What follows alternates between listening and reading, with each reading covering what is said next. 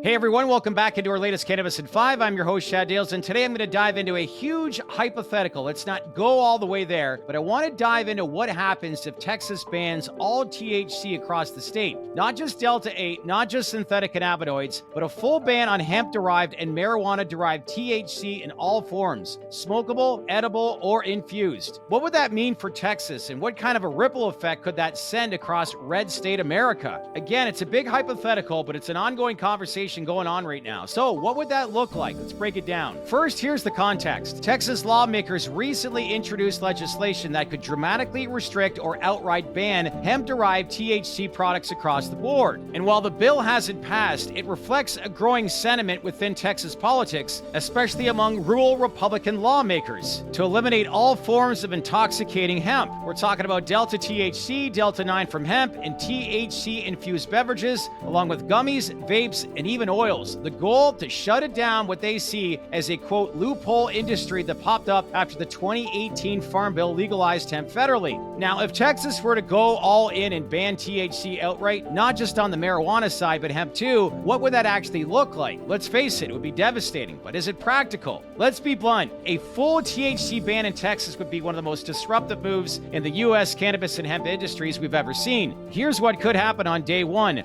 Thousands of retail stores would shut down. Texas currently has more than 2,000 smoke shops, wellness stores, gas stations, and beverage retailers selling legal hemp-derived THC, though some of those gas station ones are very questionable. Overnight, those shelves would go empty. Two farmers, they lose a cash crop. Texas has a fast-growing hemp farming sector, much of it tied to cannabinoid extraction. A THC ban would wipe out their main revenue stream, forcing many pivot or to close entirely. Again, doesn't make sense. Three, let's face it, consumers would be pushed to the illicit market. And let's not kid ourselves, THC demand in Texas isn't going away. If regulated options disappear, many consumers will turn to unlicensed sellers or even smuggle products across state lines. And that is a reality. Four, legal battles, they would explode. Expect lawsuits from hemp producers, retailers, and civil liberty groups, likely arguing that banning hemp-derived THC contradicts federal protections under the 2018 Farm Bill. And here's where it gets even more serious, the ripple effect. If Texas, the second most populous state in America, decides to outlaw all THC products, it's going to send shockwaves through the rest of the country, especially when we look at conservative-leaning states where cannabis reform has been slow or in some ways stalled. So let's talk about what could happen to the domino effect involved in it. One, we look at Georgia. They legalized low THC oil for medical use, but Delta 8 products have flooded the state.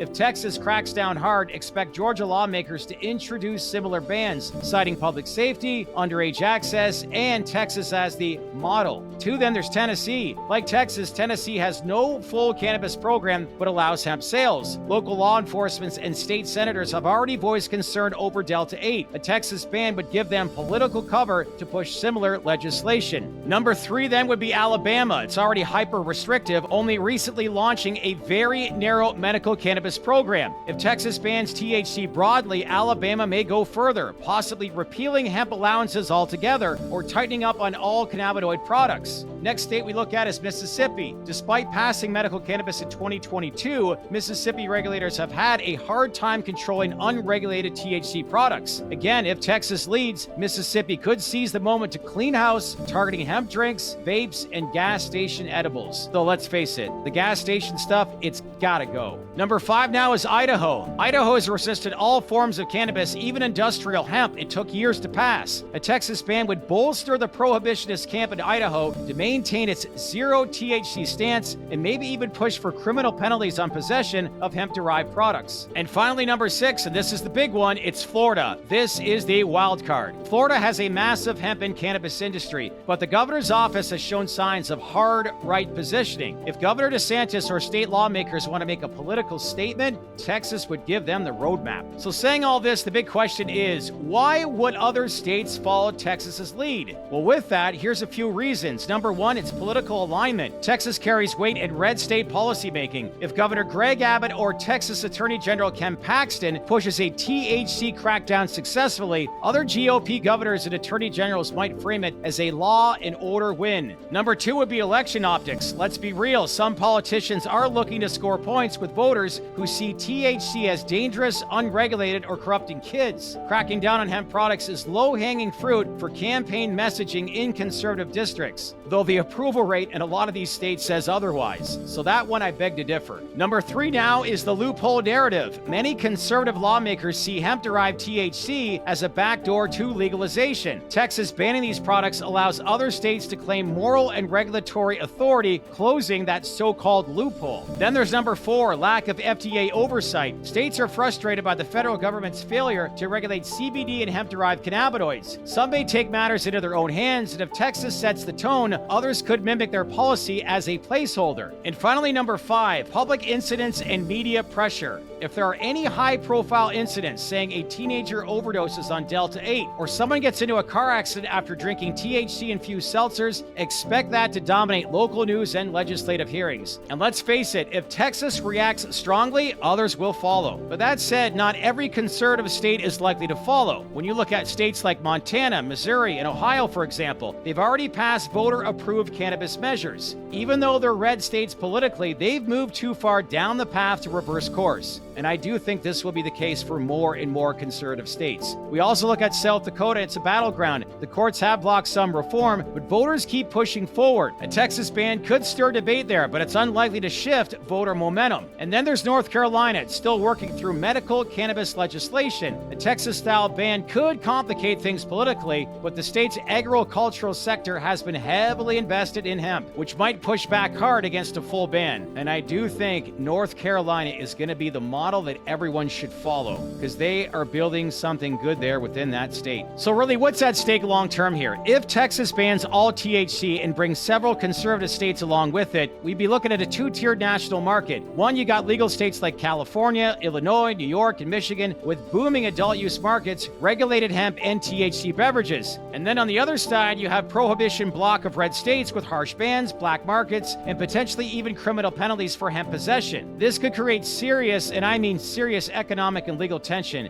interstate commerce lawsuits under dormant commerce clause, federal lobbying escalation from hemp and cannabis industry groups, an uneven consumer access that drives smuggling and unregulated sales. But most importantly, it forces the issue on Congress, and this is why we need direction from Washington. If states are splintering in opposite directions, some flooding the market with 10 milligram THC drinks and others pushing people for hemp gummies, then federal lawmakers will have no choice but to step in and clarify what's legal and what's under the Farm Bill and the Controlled Substances Act. So there's a lot of moving parts here, and you can understand why there's a lot of focus and a lot of tension right now on Texas, because it could have a ripple effect on many other conservative states across the country. Because really, if Texas bans all THC, the industry would feel it, and not just in Dallas or Austin, but in Georgia, Tennessee, Florida, and far beyond. And really, it would set off a red state rebellion against the hemp boom, create chaos for small businesses, and really send shockwaves through Congress. So the question now isn't just whether Texas will go that far, because I don't think they will. It's how many other states are waiting in the wings to do the same, or really to find out what are the next steps in Texas. Because let's face it, this is going to be a proxy on how many other states will move forward with their own cannabis and hemp programs. Let us know what you think. Do you think Texas actually bans all THC? If not, what kind of changes do you think are going to be announced? Let us know by leaving your comments below. We'd love to get your feedback. There's a lot of moving parts right now, and we're about to find out what the conclusion will be in the next couple of weeks. So again, let's keep this conversation going. Leave your comments below. If you found this information helpful, make sure to give it a like, subscribe to our channel, and make sure to smash on that bell for all notifications. That's it for today, everyone. Take care, and I'll see you next time at our latest TDR Cannabis in 5.